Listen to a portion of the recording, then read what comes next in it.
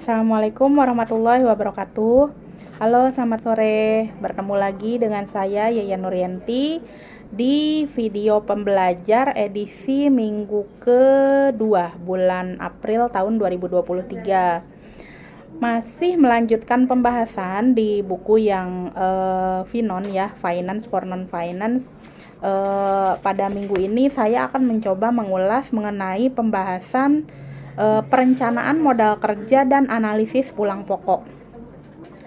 Oke, kita mulai aja ya. Jadi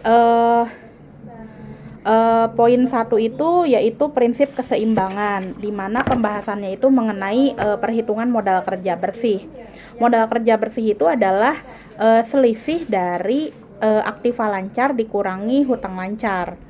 Modal kerja bersih ini harus disediakan secara rutin karena produksi juga kan dilakukan secara kontinu, secara terus-menerus.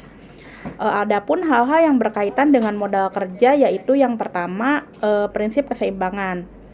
Prinsip keseimbangan ini modal kerja bersih itu kan memberikan tingkat pengembalian yang rendah karena kan dari aset lancar dikurangi hutang lancar. Nah, modal kerja bersih ini memberikan tingkat pengembalian yang rendah namun liquid, namun lancar karena sangat lancar malah ya, karena benar-benar aktiva lancar dikurangi hutang lancar. Dan itu tuh menjamin keberlangsungan produksi. Nah, terbayang kalau misalkan aktiva lancar terlalu sedikit, dikhawatirkan akan mengganggu produksi.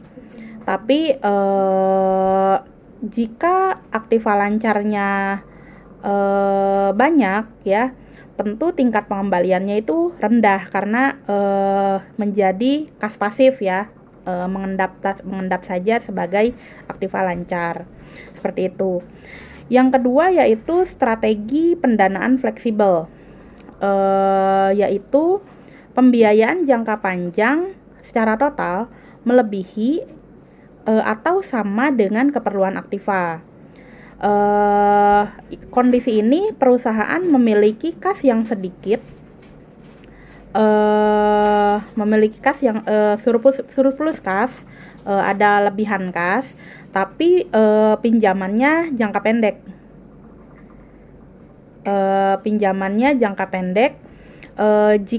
Jika pun selisih surplus kas tersebut diinvestasikan pada surat berharga, tentu returnnya itu cukup rendah ya. Kemudian yang ketiga itu strategi pendanaan kaku.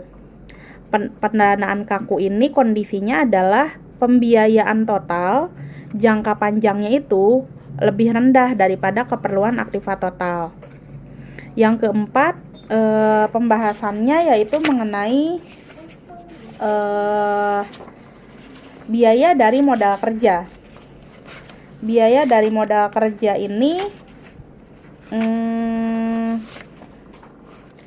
biaya dari modal kerja, pengadaan bahan baku itu kan akan terkena biaya carrying cost dan shortage cost.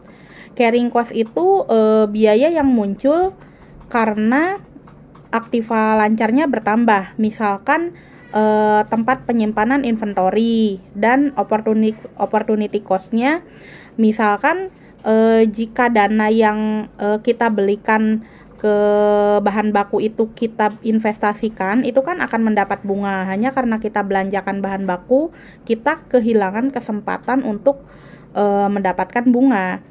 Jadi kondisi sebuah perusahaan kelebihan inventory itu berarti perusahaan itu kehilangan kesempatan untuk mendapatkan bunga atau kehilangan opportunity cost ya. Yang tadi kalau carrying cost itu kan berarti karena harus ada tempat penyimpanan atas stok yang banyak tersebut. Lalu shortage cost-nya itu kenaikan biaya karena misalkan kalau persediaannya sedikit, ketika kekurangan inventory itu butuh waktu untuk memesan.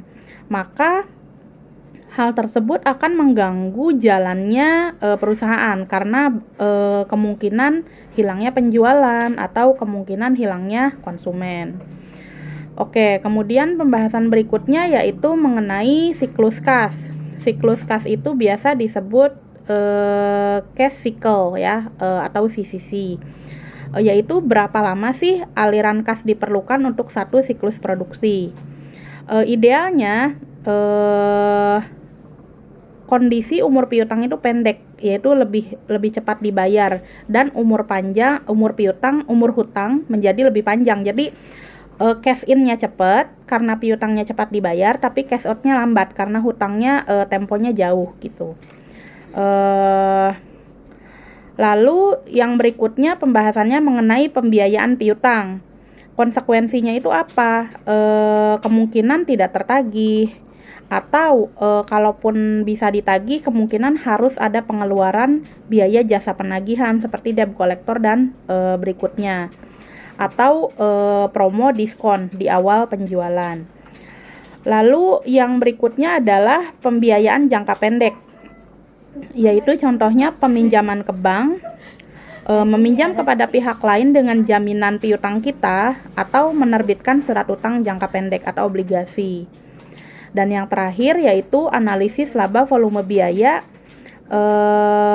yaitu perhitungan margin kontribusi, yaitu selisih dari sales dikurangi variable cost, di mana fixed cost di sini tidak diperhitungkan dalam perhitungan margin kontribusi. Oke, mungkin pembahasan saya cukupkan. Mohon maaf apabila dalam penyampaian banyak kesalahan. Wassalamualaikum warahmatullahi wabarakatuh. Sore.